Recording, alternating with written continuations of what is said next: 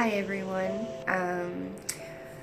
I wanted to sit down and make a little video since it's been a little bit since my last video. It's actually only been a little over a week. But for me it feels like it's been forever, so I figured I would sit down with you guys and talk a little bit about how things have been going. Today it has been 3 weeks, and Sigh will be gone for 23 days today.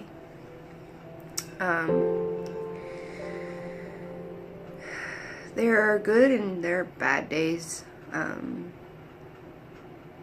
Most days I would probably describe as being in between. There's like really no way to describe how I move through the world and how I'm reacting to things right now. There are absolutely days where it is pretty hard for me to even just get out of bed, or to just feed myself. the normal things that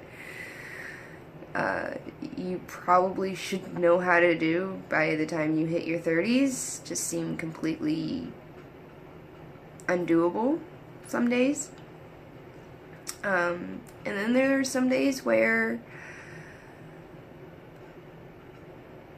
I won't say I'm okay. There are days where I can function a little bit better than other days.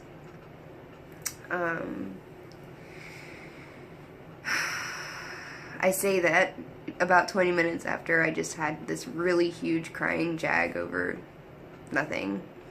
Well, something, but I mean, there was nothing really that could have triggered it. It just kind of happened. I finally had a few minutes to myself. It's Saturday, and it's March 1st, which is, or April 1st, sorry. It's April 1st, so that means that it's April Fool's Day, and I have been trying to avoid social media because I really just don't want to encounter any fake pregnancy announcements, because I feel like I would probably not react very well to them right now. A few days ago,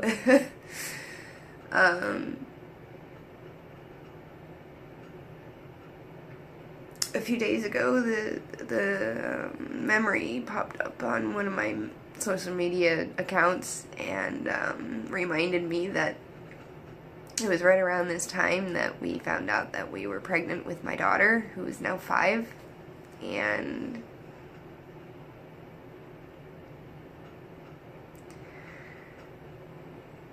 it was so bittersweet because I remember being so sick with her, and I was in denial for a really long time that I was even pregnant with her until I got that pregnancy test.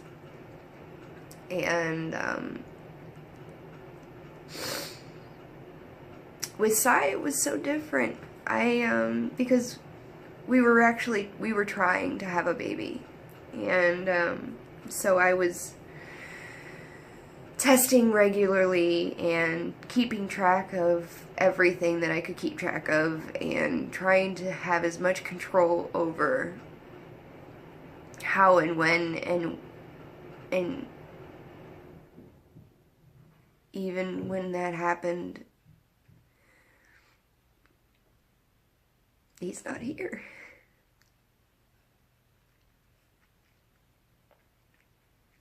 I feel like I'm in this purgatory where I see everybody else around me that's trying to carry on with their lives. And here I sit.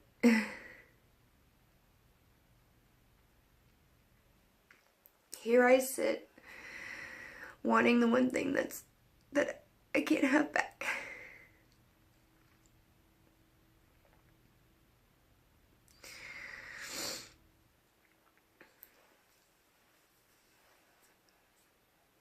I've gotten myself back into somewhat of a routine with my kids, and my husband.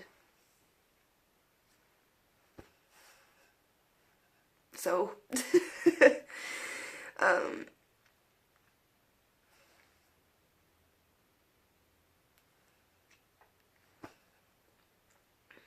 I feel like I'm just going through the motions each day. And I'm wondering why at the end of the night that I can't sleep. And I know why I can't sleep, because that's when my mind decides to go ahead and go over every single detail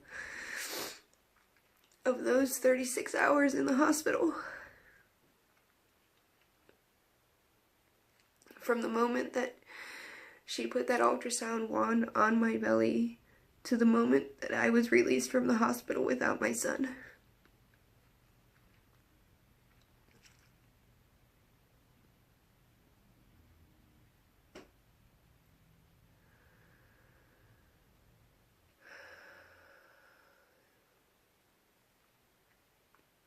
There are days where I don't cry at all, and then I feel so guilty because I feel like I'm not grieving the way that I should be. And then the other 99.999% of the time, I feel like I'm grieving too much. I feel like I'm carrying on too much for everybody else. I feel like I'm making this to be too much of a big deal, or I'm dragging it out longer than it should be.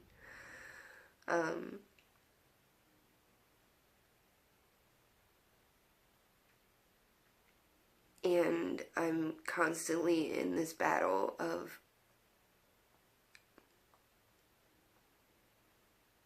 do I forget him?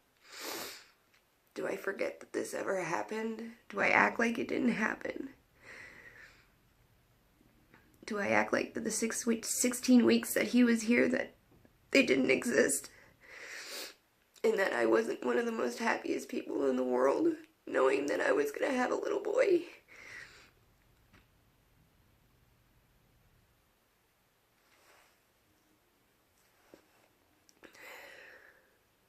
I'm constantly questioning my reaction to things. I'm constantly questioning whether or not I am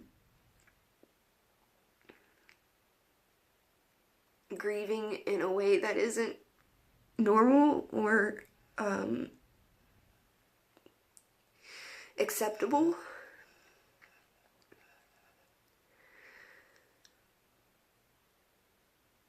Nobody really prepares you for the day that you are told that your baby's gone and they're still inside of you.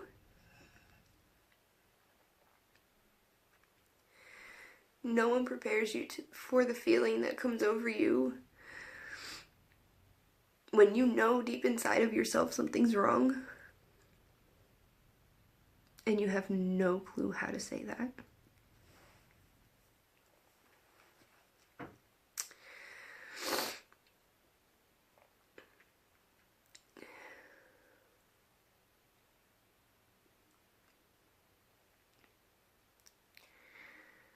We got some paperwork late last week, early this week, stating that the testing facility had received the tissue samples from Sigh and from the placenta. So that's at least a step forward. I know that there's a very big possibility that I will never know what happened. However,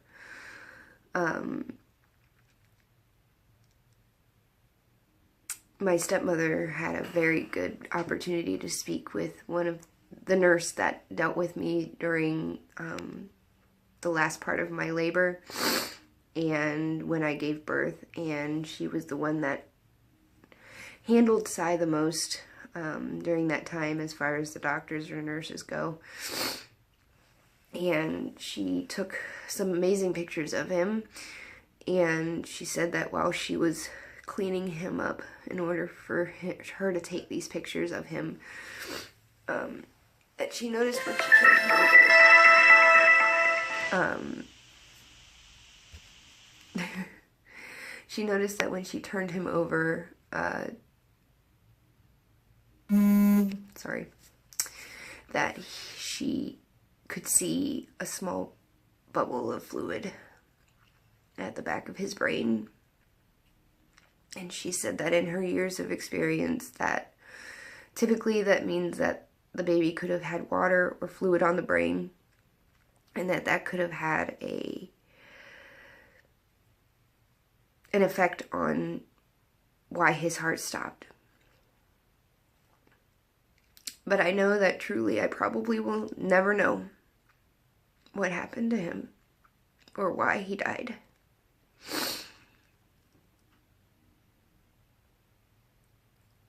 I think that's probably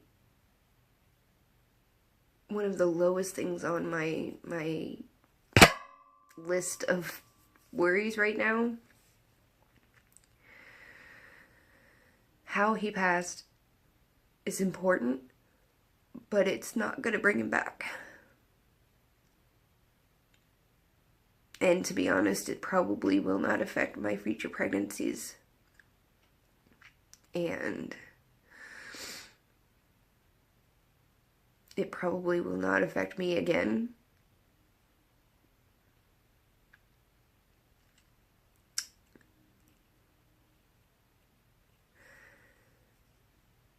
There are so many things.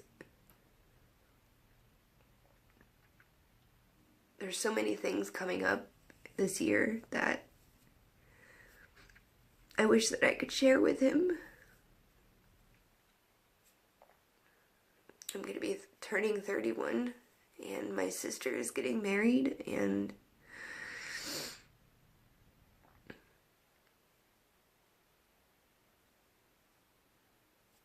there's so many things that he's going to miss, and that I'm going to miss, because he was supposed to be here with me.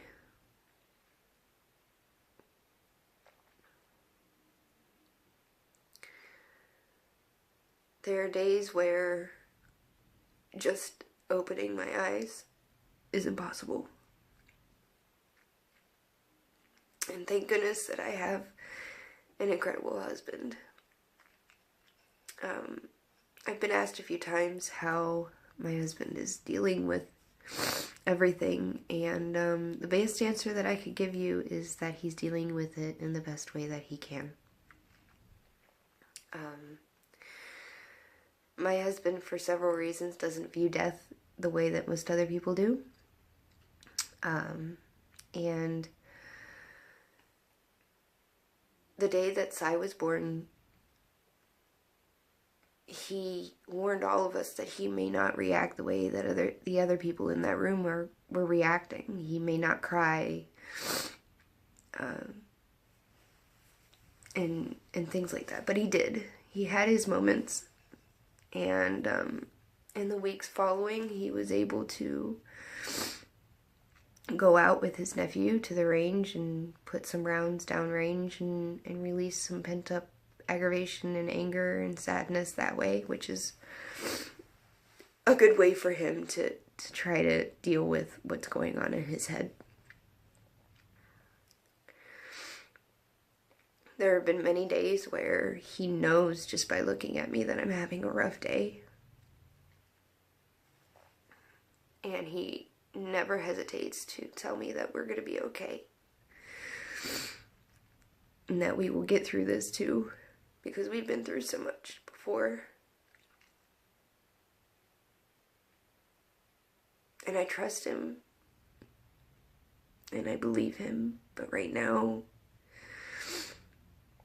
just getting through the next 10 minutes it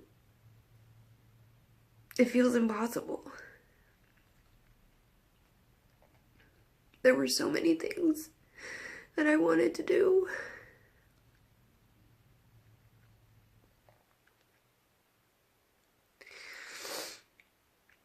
That I never got the opportunity to do with my other 2 pregnancies. I was going to do them all with Sigh. I was going to have the big maternity photo shoot and do the belly cast and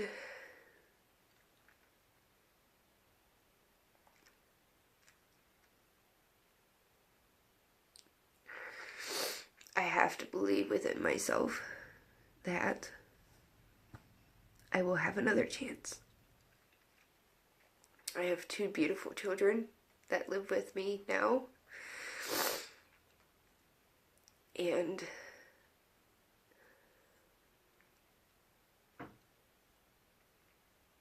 I just have to have the confidence and the belief that I will have another that will live with me earthside instead of somewhere that I can't reach.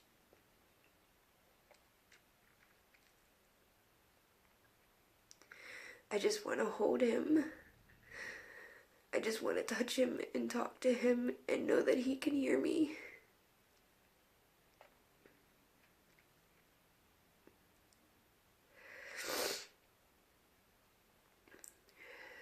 Every day, I wish that I had just spent 5 more minutes with him. Every day, I wonder if it would have been a good idea for me to not have him go to the morgue when he did. Every day, I wonder if I should have brought him home. Because I have nothing.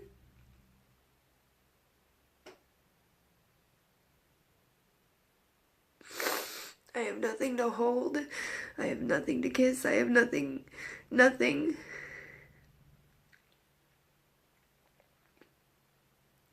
And that's one of the worst parts about it.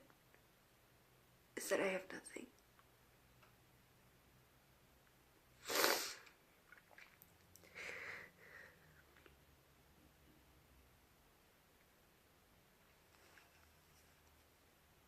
I wish that this was a better vlog than the past 2 or 3 that I've posted. I wish that I was in a better place, but I'm not.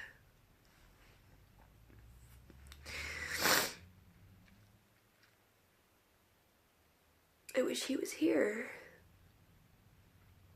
but he's not. And I can't change that. No matter how much I wish I could.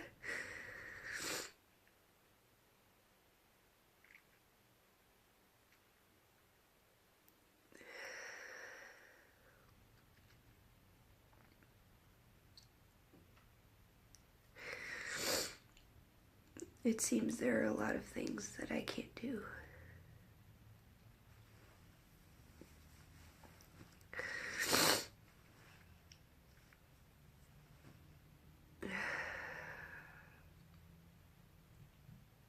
I guess I just have to hold him, and the only way that I know how, by saying his name and holding him close in my heart and looking at his pictures and trying to remember the very precious few hours that I had.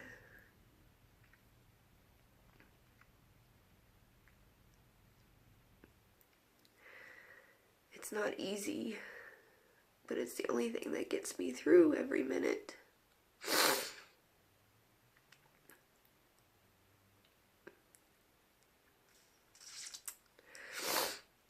But I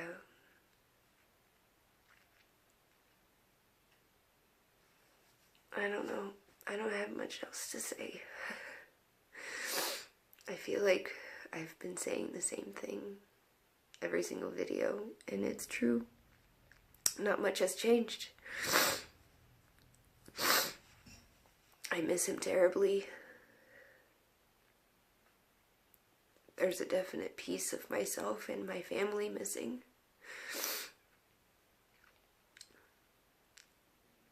But I know that we're gonna get through this too, because we've gotten through so many other things.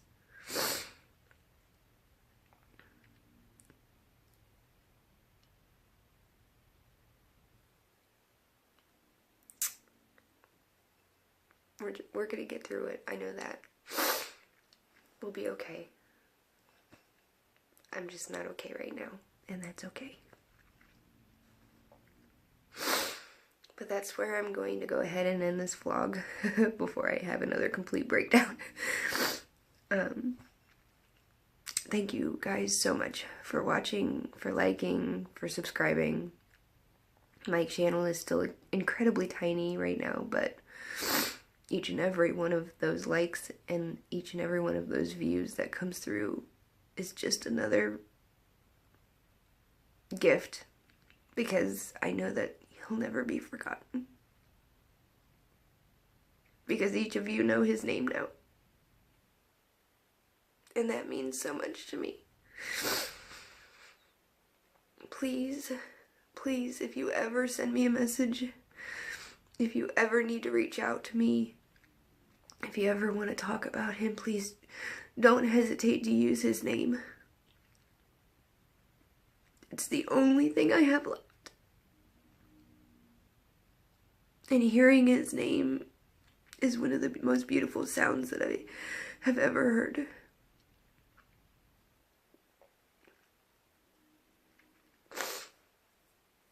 Thank you everyone for watching, and I'll catch up with you next time.